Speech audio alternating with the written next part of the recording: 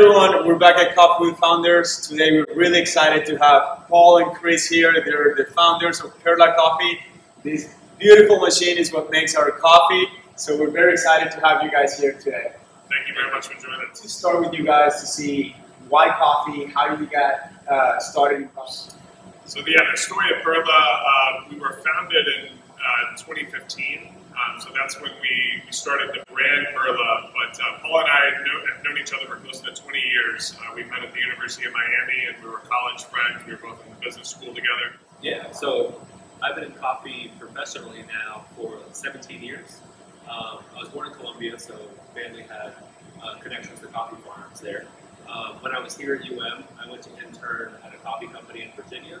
I was an accounting finance major, so I went there as an accounting intern to learn about accounting. And before working every day, I would sit down with the buyers and taste coffee with them. I really found my passion for it there. So the differences between farms, the difference between countries, and how they just taste different.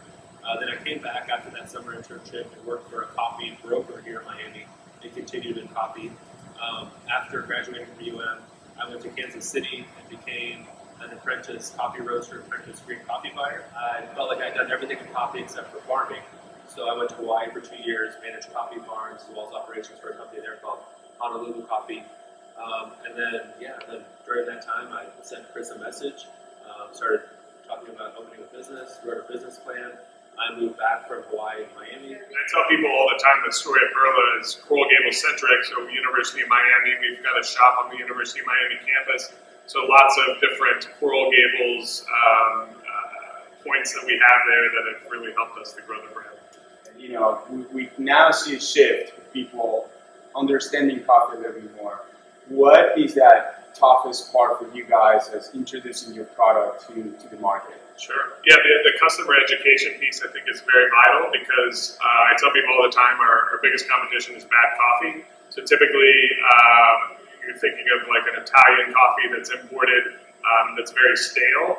So educating the customer to say like what's the difference between this coffee and something that was roasted yesterday that's only sourced using specialty beans, and then training the baristas to make the coffee properly. So helping to understand those dynamics and helping to deliver that to the customer and the end customer to help them deliver the product properly. Now, where do you guys see specialty coffee going here, especially here in the area? Yeah, I mean, I see it going. I mean, here in Miami, we have the Cuban coffee culture. So everyone already consumes coffee. It's people like us, people like yourselves, educating the customers so that they start drinking better coffee. So, I mean, I think we're maybe 5 to 10 years behind like Seattle, New York, Los Angeles in respects to cafe culture. So I think as more people start entering the market, opening cafes, serving better coffee, giving people the opportunity to taste better coffee, then I see it shifting pretty quickly. Yeah, when you think about making it at home, I mean, you could buy a cheap bag of coffee and it's going to cost you 30 cents a cup when you make it at home. Or you buy an amazing bag of coffee and that price will go up to 45 cents. So if you look at it by like every morning, like it's going to be 15 cents, but you're paying more, but you're having a much better experience. Yeah. The hospitality industry, as you know, has been hit very hard. So it hit us both in the cafe standpoint and also in the wholesale standpoint. So for both of those lines of business, it's been very difficult. Our online business has gone up substantially because you have more people brewing at home. Coral Gables specifically, we're heavily weighted during the weekdays toward business customers and offices. Most of those are still closed. So we're hopeful in 2021 when those offices start to reopen that we'll have a lot big of a bounce back.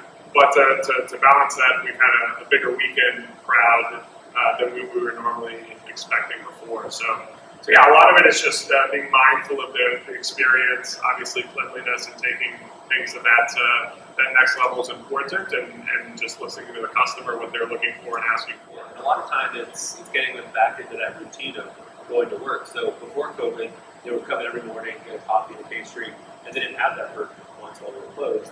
But now that we're open again, I mean, I feel like they're very happy that they can come in. Even if they're not working, we have people come in, still get coffee, and then go home, just because they can have that kind of sense of normalcy again. Yes, but now the biggest question, what's coming for Per'la? Sure. Yeah, we have a new roasting facility that should open in the next week or so. in Newbury, which is about 45 minutes west of London. So that's a great opportunity for us that we're excited, and we've got some good traction there already. We opened the shop at University of Miami. If you're putting in the core tenets of working hard and being professional and staying on top of things, that you'll grow organically, and just looking at things as a very entrepreneurial mindset. Thank you for all your support. You guys have been a key component to our team, so we appreciate it. Thanks for sharing your story. Thank you very much for coming by. Yeah, thank you. Thank you. We'll see you next Tuesday.